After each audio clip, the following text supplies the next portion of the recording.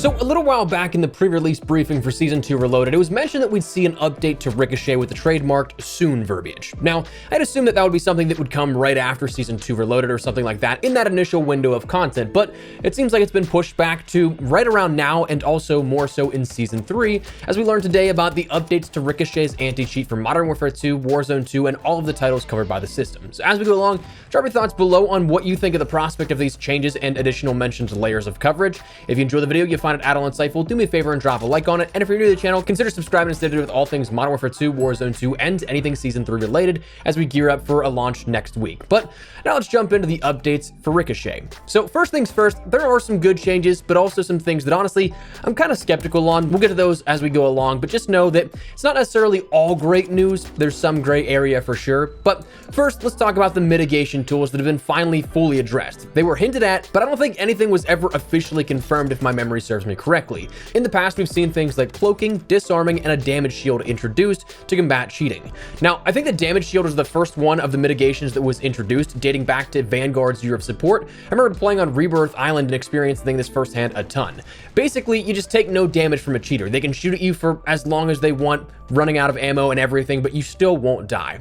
Disarm and cloak came later, but they also have existed. Disarm is, simply put, straight up removing the weapon from the cheater's inventory. Don't even think that they can use their fists, but the model is just completely their viewpoint and that's it, nothing else. And then cloak is what it sounds like as well, removing legitimate players from view of the cheater so that the cheater is visible to everyone else and can get shot, they can get taken down, but they can't shoot or see the real players because they have no aim assist, no knowledge of where the target is, and so on. Now, they've stated there's more on the horizon, but they're debuting those later and adding them in-game without any announcement further, likely to combat just cheat providers getting ahead of that and taking that into account with their cheating softwares. Now, that's cool to see those mitigations and nice for sure, but the big meat and potatoes, if you ask me, is the coverage now for third-party devices. Ricochet, whether you feel it works or not, was always designed and tasked with combating cheating software and plugins, the majority of which was centered around PC, since you could download, install, and run processes in the background. However, that obviously wasn't the only way players were cheating.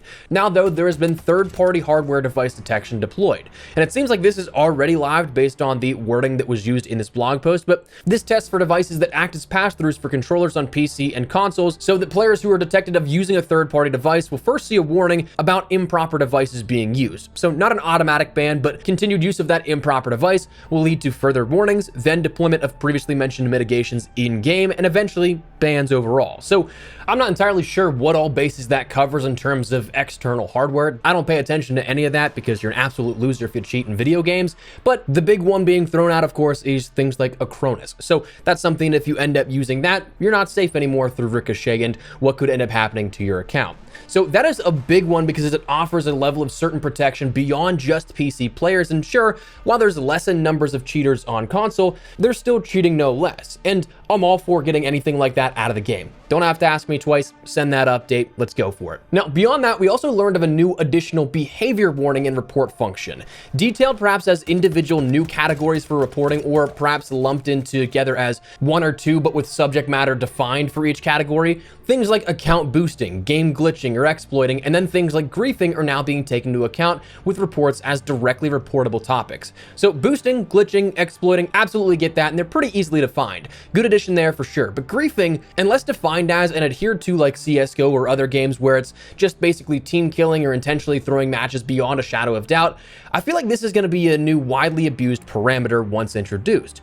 I've seen the comments, I've seen it happen to people that I know, but the shadow ban system might actually be one of the worst systems that I think this franchise has ever produced. Yes, absolutely reports should be considered, but the way the system works right now is seemingly just a simple threshold of reports and then an automatic shadow ban, meaning that your account is in limbo until either time expires on that shadow ban or your account is manually reviewed to either confirm or deny a ban. That process can take, I think, like a week sometimes?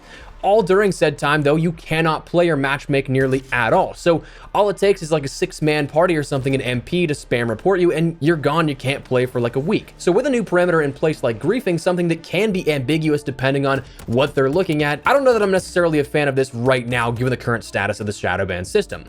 If the underlying system was not faulty, I think that's a great category to throw in because I've absolutely played ranked matches where players just throw. I've played search and destroy matches where players just don't defuse the bomb as last alive and things like that. So it absolutely is a valid category, but I just think it poses a lot of potential abuse, being something that can be an ambiguous category, plus also with the system that we have currently.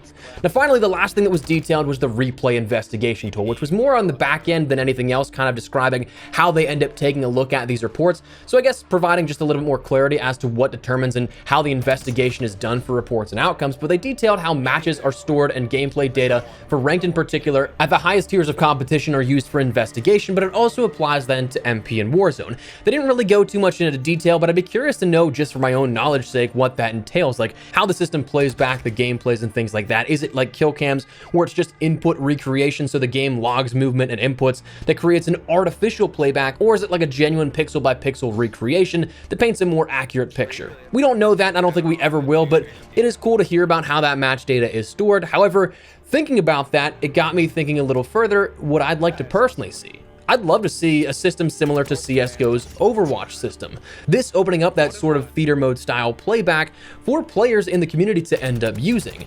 This can be kind of a double-edged sword perhaps, but if done right, it can mitigate the chances of abuse that in theory you'd have if the system was there.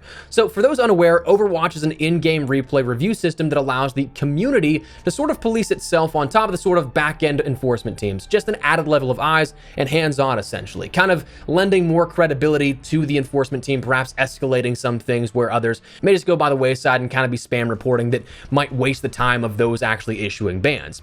But this system is not available to everyone in CSGO. It's reserved for qualified and experienced members of the community, dubbed investigators, which it's been a long time since I've looked into it or followed it, but if I'm not mistaken, a lot of it came down to global rank, like the top ranked players, and matchmaking reputation, i.e. if someone's been VAC banned, you can say goodbye to the chances of getting into that system. But again, it's been probably like 5 years since I paid attention to that system, so I could be wrong on that. But point being, it's reserved for those that don't have skin in the game, that aren't going to just spam report and ban players based off of the very minimal fishy evidence. Maybe they just had a nasty little flick or something, but that could be perceived to somebody else as just cheating. But instead, they're meant to be knowledgeable, level-headed, and objective in their assessments of footage that is shown to them. Is it a perfect system? Absolutely not. It's like all things, subject to human error, but it's a way for more reports to be processed, and if I'm not mistaken again, it's not like that player watching back that ends up issuing the ban. It's more so sort of escalating or de-escalating reports to get the valid ones through to end up having bans actually issued, and the ones that would waste time getting them out of there.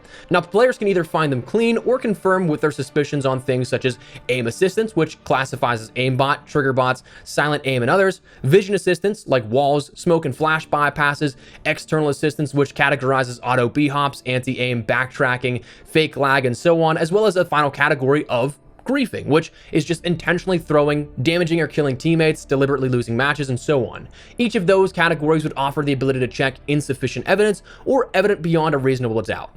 Now that's where this comes back to the double-edged sword. I think it is something that would definitely be helpful to escalate genuine cheaters to an enforcement level to actually do something about banning, and I think it could be beneficial in a way, but I also feel like there's a sense of, again, potential abuse.